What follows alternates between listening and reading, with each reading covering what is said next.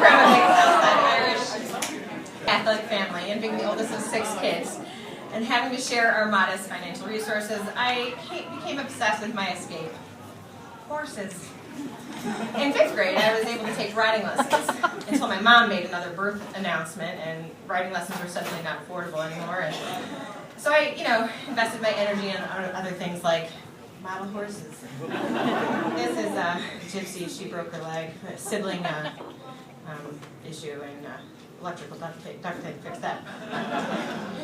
I was on a pure diet of horse books and movies. I preferred Black Stallion or Black Stallion Returns, ones that take place in the deserts of North Africa where the Arabian horses originated.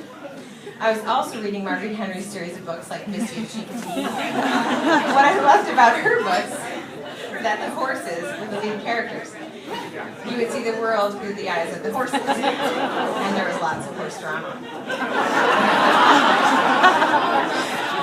I began writing my own dreams and horse dramas in which I could overcome adversity in my own life and fantasize about the way I wanted to live.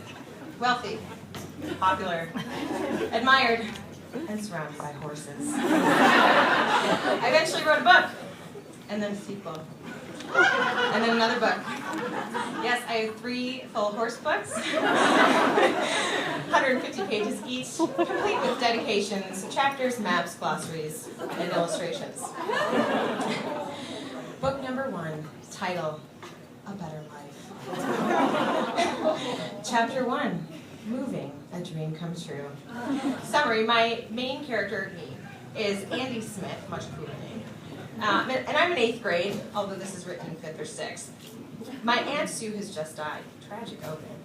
However, she just so happened to live on a 2,000-acre horse farm out west.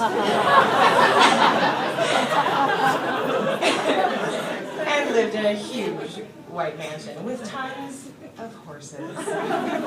And my dad, her only living relative, just inherited it all. So me, my parents, and my annoying twin siblings, Erin and Eric, pack up and head to our new dream farm life in Pine Forest. So here's the book here. It's kind of heavy, it's big, it's like 2 books here.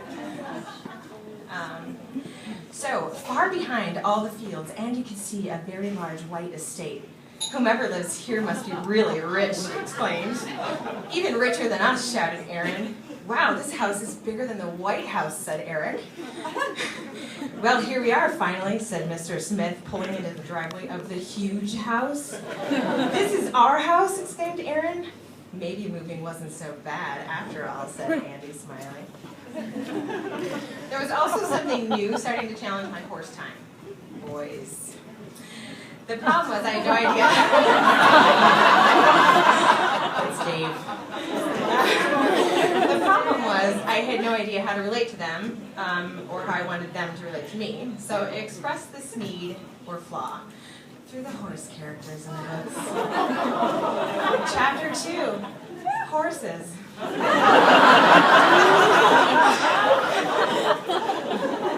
So Mike, our new stable hand at the new house, was showing Andy around the new barn. Mike, what horse is this? Said Andy. This Arabian mare is the best where she comes from, said Mike. She is the fastest, most beautiful, majestic mare that I have ever seen. And believe me, I've seen a lot of horses. She was bred and raised in the Sahara Desert by the Arabian people.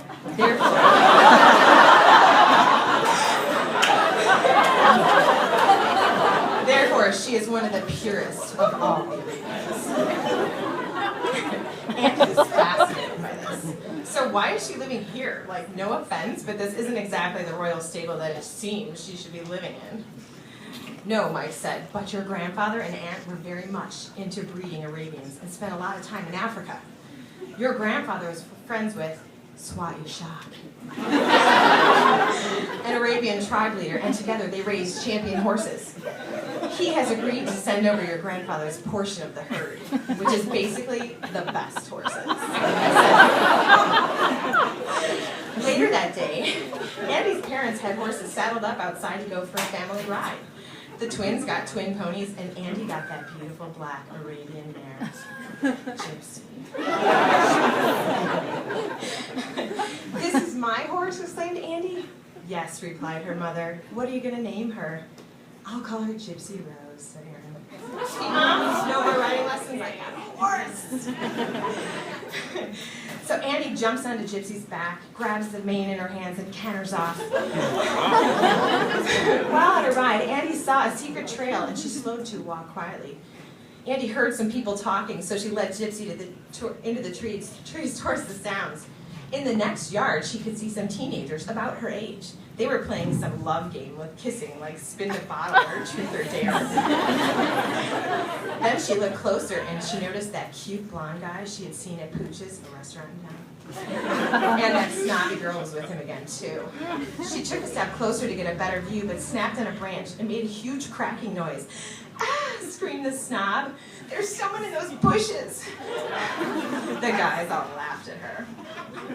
I'm serious, there is, she said. Call the police or something. It could be a killer or a rapist.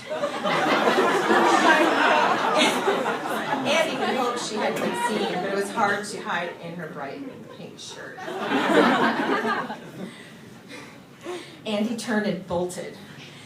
But she tripped and fell on the ground with a scream of pain. Her leg had gotten snagged and was bleeding badly. Two guys got to her first and tried to pull her up. Wait, leave her alone, said a voice. Andy looked up to see the cute boy. Go ahead, guys, I'll take care of her, he said. What's your name? He asked, putting his arm around her and helping her walk. Andy Smith. I just moved here.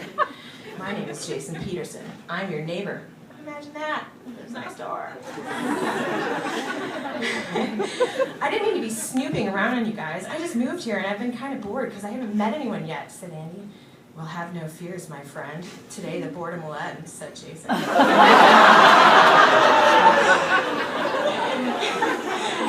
He took her to the stream to wash her cut leg. You have cute toes, he flirted. Thanks if you're really sincere, said Erin. That was a bad compliment. I'm serious, he said again. They both laughed. Just then, he took off his shirt, revealing a very well-fit body. He tore a strip from the middle and wrapped it around Andy's leg.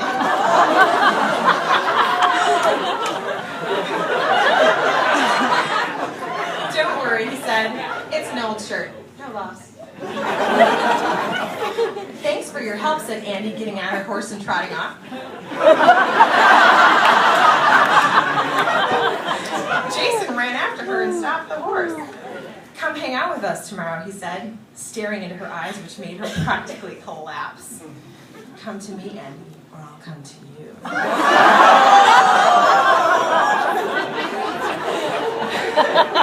With that, Andy smiled at him. She squeezed Gypsy's side and cantered off. She was in love.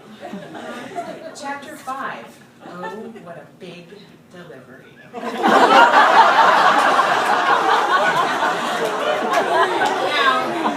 please.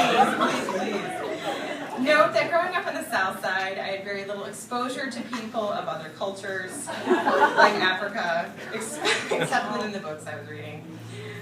That morning, the shipments of horses were to arrive from Africa. There was a total of 275 horses. Each one was being let out, each more beautiful than the one before. The Arabs didn't believe in gelding their stallions. Andy was worried that there would be lots of fights. Now, to all you non-horse people, gelding means cutting their balls off. And for any other terminology that you might not get during this book, it's conveniently defined in the reference section.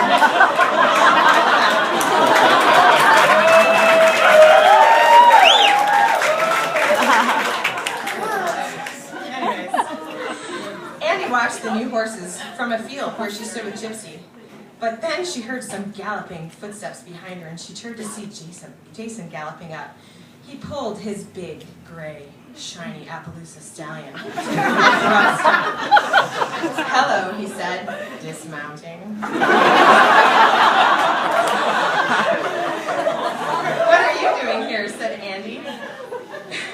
come to me or I'll come to you. He reminded of his line from last week. Andy blushed.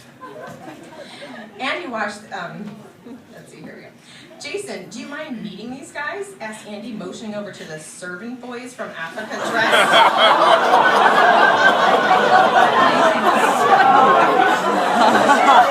Oh my God.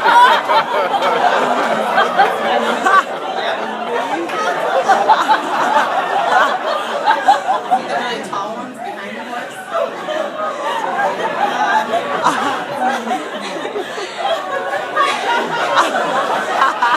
So do you mind meeting these guys? Said Andy, motioning to the servant boys dressed in long sheets, which was the everyday attire in Africa. They are servant boys from Africa. They came with the horses from the Sahara Desert. Just be cool, do what they say. Said Andy, running her fingers through her long, one-length red hair. Some of the servant boys were fascinated by that. They came over and were touching her hair and Jason's blonde hair. They had only seen dark-skinned and dark-haired people their whole life. Andy thought that it might be neat to be looked at that way, but then she got nervous, so her dad called him off. Now, just note, growing up a ginger is not easy, okay? Being the butt of everyone's ginger jokes. So I like the idea of being admired for my unique attributes. So Andy led Gypsy over to meet Jason's big stallion. Just then, Mike, the stable hand, interrupted as he walked by with the white ghost, our new lead Arabian stallion. Just the mare I've been looking for, he said, referring to Gypsy. Were you planning on doing some dirty business, kidded Andy? Everyone laughed.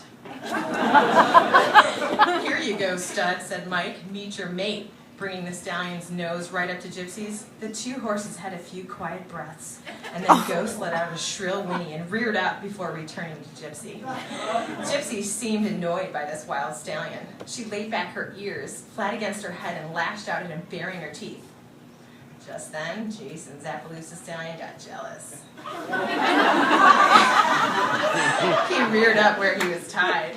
He looked like he wanted to fight the ghost off. Save it for the real thing, said Mike, patting Ghost in the side. He got a kick out of torturing the stallion. With a struggle, Mike led the jumpy stallion off to the barn, unsatisfied.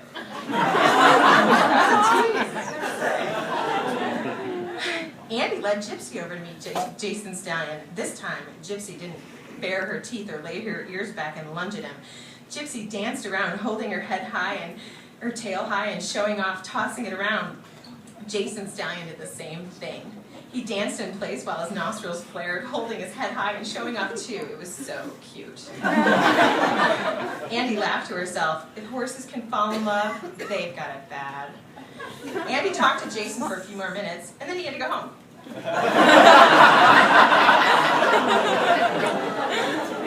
Andy was thrilled with the fact that he asked for her number and if he wanted to go riding sometime. She loved the fact that he was interested. Now, I barely entertained this Jason stuff, or this part of the fantasy, for another 10 chapters. But he finally took me for a riding date tour around the neighborhood, of course on horseback. Refer to the key if you want to know which building is what. The Burger King, 7-Eleven, the bar. Oh my God. Number 10 is Heller Realty, which is my real-life dad's business. It's not about me or anything.